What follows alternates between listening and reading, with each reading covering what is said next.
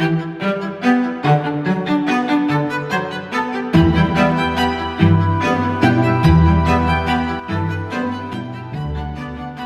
semuanya.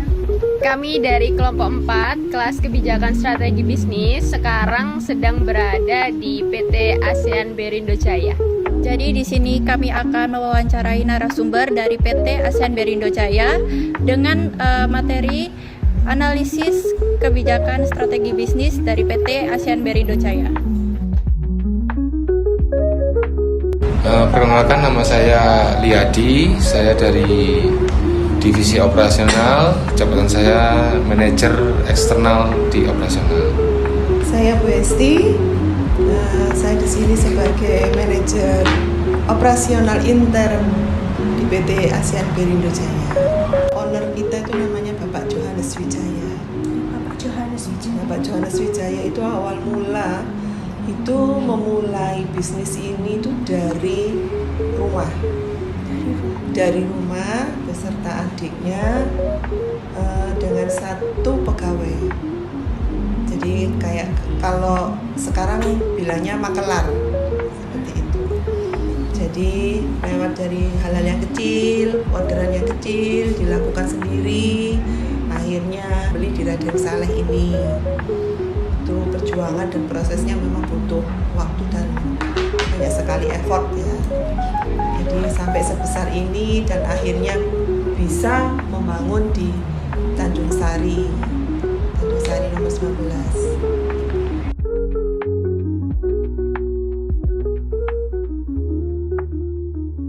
Menjadi penyedia solusi utama untuk setiap peralatan pergerakan mesin dan industri motif. Itu visinya. Terus kalau untuk misinya, satu, menyediakan solusi untuk setiap kebutuhan terkait bearing dan pelengkapnya. Yang kedua, mengorganisir semua produk yang ada di gudang, efisiensinya, efektifnya, seperti itu. Yang ketiga, mendistribusikan produk dan servis yang tepat untuk pelanggan atau customer kita. Yang keempat, kita selalu meningkatkan pengetahuan, kemampuan, kinerja secara berkala dan konsisten. Yang kelima, membangun saluran distribusi baik nasional maupun internasional. Untuk menjalankan suatu perusahaan pasti kan diperlukan struktur organisasi untuk saling melengkapi agar tertata ya Bu ya sama Bapak. Di PT ASEAN Berindo ini tuh bagaimana peran dari divisi masing-masing itu untuk melengkapi dari struktur organisasinya? Di sini kan sudah ada HRD dan HRGA-nya, jadi kan semua sudah tertata, terstruktur di bidangnya masing-masing. Kita di sini ada bagian pengadaan juga ada, dari segi finance juga ada, terus tech bagian pajak juga ada. Jadi memang sudah secara strukturnya sudah jalan, sudah ada dan sudah dijalani. Apa perubahan yang paling signifikan yang pernah terjadi di PT ini, di perusahaan ini, dan bagaimana cara perusahaan itu menghadapi hal tersebut? Kalau signifikan mungkin ya perpindahan dari Raden Saleh, kita kan ada gudang dua, Margomulyo sama Manuan. Itu dijadikan satu ke Tanjung Sari. Itu 2024 ya Pak? 2022 akhir 2023. Selesai itunya, Ya, untuk pemindahan sama untuk merestruk ulang. Jadi strukturalnya diulang, perbaikan ya, mengalami perbaikan sama pembenahan juga. Itu normalnya 2024. Jadi itu memang itu yang kalau bagi saya ya itu yang signifikannya itu seperti itu. Jadi dari katakan 3 pintu kita jadikan jadi 1 pintu ada di Tanjung Sari. Di saat pemindahan seperti itu apa ada kayak perubahan struktur atau semacamnya? Waktu pemindahan itu ya memang ada sedikit yang dibenahi, mana yang memang harus ditambah atau harus dikurangi atau memang harus digabung. Seperti kan memang harus sesuai dengan situasi dan kebutuhan saat ini. Dalam bisnis yang terus berubah, bagaimana PT ASEAN Berindo Jaya ini memastikan karyawannya tetap produktif dan berkembang. Di sisi lain juga menjaga motivasi dan kesejahteraan karyawannya. Setahu saya, jadi kalau untuk SDM kita sudah mencoba untuk menanamkan yang namanya effort. Ya, jadi effort supaya kita tuh lebih giat sama lebih untuk mendalami lagi ya.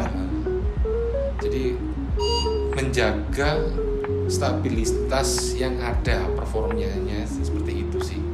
Kurang lebihnya seperti itu secara garis besar ya, karena tugasnya ini sebetulnya kan memang kita kan ada divisi yang namanya Kordev ya. Sebetulnya untuk manajemen SDM ini juga harusnya yang menjawab pemenangnya Kordev. Cuma secara operasional garis besarnya seperti itu. Jadi hanya untuk menjaga performa dari para karyawan kita untuk menjadi lebih baik ke depannya. Kriteria utama yang dicari perusahaan saat merekrut karyawan baru, terutama untuk posisi yang strategis itu seperti apa?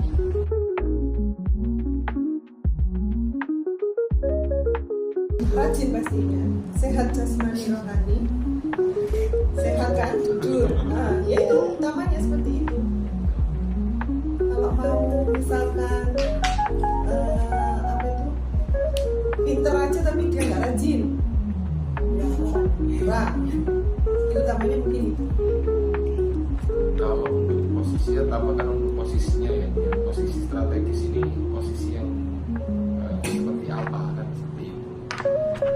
Kalau untuk level-level yang mungkin SPV ke atas ya, itu rata-rata kita dipilih dan ditunjuk oleh owner dari manajemen inti, dari timnya dia, karena kita sendiri untuk kebutuhan itu memang ada, tapi tidak semaksimal seperti PT terbuka yang lain Mas ya. Jadi kita masih berkembang ke sana. Makanya kriteria penerimaan karyawan baru yang pasti pada dasarnya seperti yang disampaikan sama Bu Desi tadi, untuk menuju ke posisi yang strategis, karena kita nggak bisa langsung menempati posisi tersebut tanpa mengetahui flashback ke belakangnya. Ini kebutuhannya untuk apa, seperti itu. Berbicara soal bisnis, tentu tidak lepas dari resiko dan manajemen finansial. Saya izin bertanya tentang manajemen resiko. Apa tantangan terbesar yang dihadapi perusahaan dalam menjaga stabilitas bisnis? Tantangan terbesarnya mungkin sekarang ini kita menjaga ritme atau tempo ya, cash flow kita, supaya perusahaan masih tetap sehat, kita tetap berhubungan baik dengan para customer kita yang sudah notabene lebih banyak di atas 15 tahun kita jalin. Juga untuk memperbaiki lagi ya, dari segi pembayaran nota dan lain-lain, itu juga dari diskon yang kita berikan, jadi juga bisa. Untuk pertanyaan selanjutnya, bagaimana perusahaan mengatur strategi keuangan agar tetap stabil di tengah perekonomian? Kalau seperti kayak yang waktu kita COVID itu kan banyak sekali ya kendala-kendala dan ya porak-poranda strategi. Kenapa kita bisa bertahan sampai saat ini meskipun waktu itu banyak sekali perusahaan yang memang tidak kuat operasional. Jadi ya puji Tuhan owner kita ini saya akui memang pinter dalam mengelola keuangan.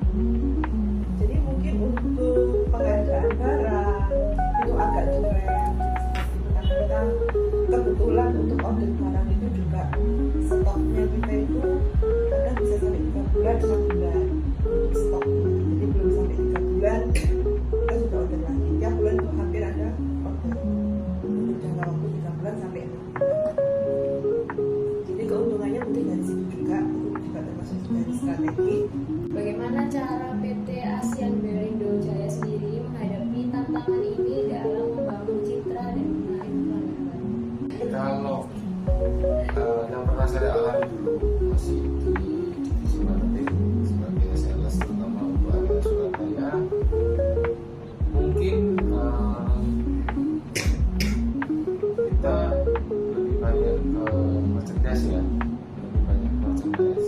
memang tidak melulu harus ke merchandise juga, ada beberapa juga yang memang kita support dan kita support.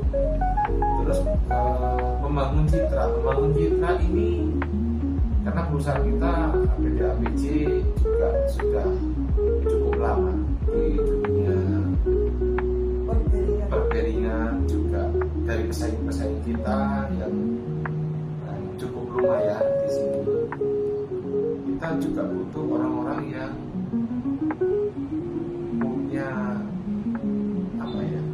kemauan dan kemampuan, intinya punya kemauan, niat untuk bagaimana caranya mereka bisa bersaing di dalam dunia marketingnya, seperti itu. Apakah perusahaan ini sudah memanfaatkan pemasaran digital atau e-commerce dalam distribusi? Sementara ini yang jalan untuk e-commerce memang Jakarta, karena memang di sana SDM-nya lebih tertata, juga lebih lebih cepat untuk tentang masalah digital, karena modernisasi di Jakarta juga lebih cepat, lebih dahulu daripada Surabaya. Jadi e-commerce kita juga sudah menggunakan, tapi tidak semua platform, hanya ada di beberapa platform. Mungkin ada di TikTok, mungkin ada, kalau nggak salah itu ada. Apa program tanggung jawab sosial perusahaan atau CSR yang sudah dilakukan dan bagaimana dampaknya? Kalau untuk CSR kita masih belum menuju ke sana. Karena untuk CSR ini juga kita juga butuh dana yang disisihkan, seperti itu kan sepertinya. Tapi kalau untuk di luar CSR, untuk sosial, mungkin kita lebih banyak ke panti ya, dinas-dinas sosial seperti itu. Tiap tahun ada untuk bagi takjil untuk bulan-bulan Ramadan, juga ada dari pribadinya, dari owner, mungkin kebetulan owner kita kan Katolik, jadi lebih ke mungkin ke paroki ya, ke paroki atau lingkungan gereja, atau memang itu ada kebutuhan sosial yang dibutuhkan. Kalau untuk CSR sekolah juga, ya sekolah, bantuan sekolah. Kalau untuk spesifik CSR-nya mungkin masih belum untuk saat ini. kita Seperti lebih itu. fokus ke intern, membangun SDM dan infrastruktur yang ada di perusahaan ini dulu. Bagaimana operasional perusahaannya tetap ramah lingkungan? Lingkungan itu mungkin dari sampah. Sampah kita kalau misalnya kayak kertas gini yang sudah nggak kepake atau sudah di print untuk donor, kita hancurkan. Nanti kita bisa bikin untuk packing. Jadi lebih hemat pertama, kedua juga kita nggak butuh untuk cari kertas lagi atau apa.